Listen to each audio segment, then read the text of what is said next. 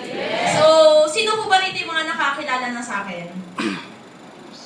Okay, sige.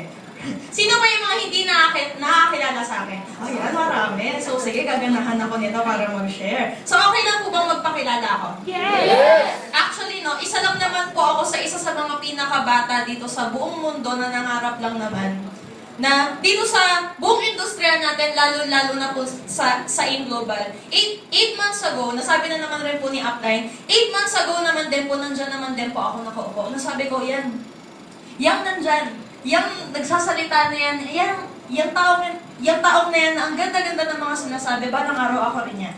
Tama ba? Yeah!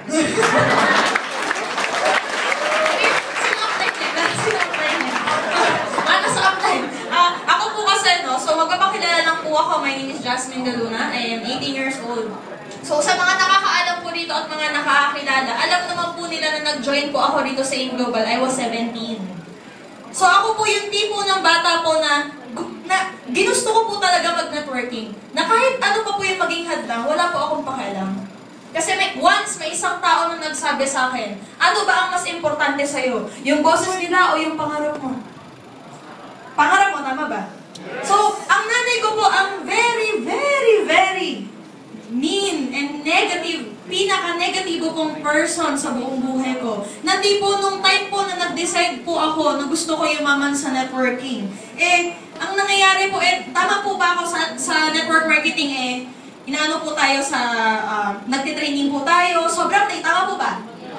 Sobrang late tayo binibitawan ng mga sponsors natin, sobrang late tayo tama ba sa mga season, meaning, lahat po ng sacrifices ginawa ko, pero ito pong nanay ko, she's not helping me out. So, dati po, pag umuwi po ako ng bahay, sinasaradoon po ako ng gate. Sinasaradoon po ako ng gate, so wala po akong choice, kundi matulog na lang po saan, hindi naman po sa bangketa, social po ako, mini-stop.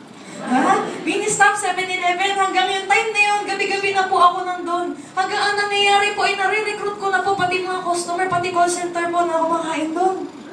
Ganun po. So, ako po naman, ano po ba background ko? Simple lang po. Isa lang naman po akong prinsesa dati, nahatid sundo po ng expedition. Nung high school po ako, ang baon ko po sa isang araw, gusto niyo po ba malaman? Sobrang liit po. Isang libo po, isang araw. Tanong, 1,000 isang araw, malaki maliit? Malaki yun. So sabi ng nanay ko, marami po kasi kami business, mga restaurants po. If you're familiar with Italian cuisine, Italian restaurants po kami, so marami po luxurious bags po, luxurious cars, yun po yung mga business namin. So, ang nangyari po nun ang ganda po ng buhay ko. Tama po ba? 1,000 isang araw? What more pa kaya? Yung pang shopping pa, lahat. School pa lang po yun. Sabi po ng nanay ko, anak, pagpasok mo, pakiusap, ubusin mo yung baon mo para kinabukasan, hindi na tayo naghihirapan sa pagkukompute.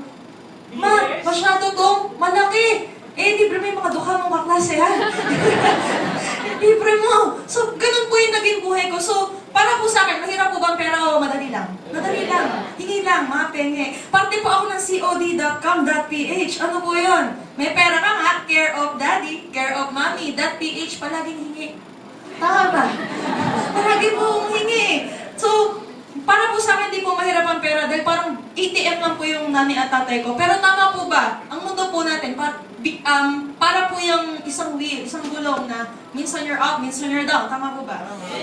So, dumating po yung time na, to cut the long story short, yung baon ko po na 1,000, naging 50 pesos po. Yung 4 po naming sasakyan, bigla pong nawala. Ang sabi po ng nanay ko, inarkila daw yung panabininta. Tama po ba? So, hanggang there was this time na bigla po akong bumaba sa bahay namin. Na nagulat po ako, ang ulam namin toyo, doon na po ako nagtaka. Mami, what's happening? Ano nangyayari? Anak, nabankrupt tayo. So, nung pagbaba pong yun, nagpipirmahan na po ng deed of sale, bebenta na rin po yung bahay. So, at a very young age, kaya mo makapag-adjust high school ka nun? Ako po, nawindang po ako, sabi ko, ano gagawin ko? Tama ba? So, hanggang meron pong time na na-encounter ko po yung networking. Na-encounter ko po yung networking, nakita ko po, in short, yung 7980, tama po ba? May pay-in. Sabi ko, paano yan?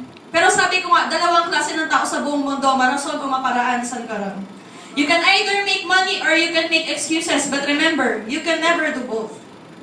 Na kung ako po, nag-inarte ako, sabi ko, hindi ko kaya yung 7-9-18 na yan, bata pa ako. Bakit hindi ko na lang tanungin yung nanay ko? Bakit hindi ko lang sundin yung nanay ko? Mag-aral na lang kaya ako para hindi nahihirapan yung utak ko kakagawa ng paraan niya. Tama ba? Yes. Para isa ng kausap ko. So, ako po, so in short, nagawa ko po ng paraan yung 7-9-80 ko. So, nakakatuwa po ron. Wala naman po akong ibebenta, wala rin po ako isasangla dahil lahat po nabenta na. Lahat din nasangla na. Tama. Sinong utangan ko lahat ng kapitbahay namin, kamag-anak namin. Ano na po kami, blacklisted na po sa dami ng inutang namin. Tama po ba? So, sirang-sira na po, sabi ko, paano to? Pero sabi nga nila, kahit ikaw bata, kasi if you're not in control of your income, you're not in control of your life. You're not fully in control of your life. Na kung ikaw bata ka kapatid, kung ikaw nandyan ngayon, nakaupo, nakikinig ka sa akin, huwag mong asahan lang ang magulang mo. Dahil balang araw, pag nawala yan, sino ka? Yun po yung naisip ko. So ako po, pwede kong sabihin ng bata-bata ko pa, bakit gagawin ko tong business na to? Ginawa ko po siya kasi wala naman pong edad-edad ng negosyo. Tama po ba?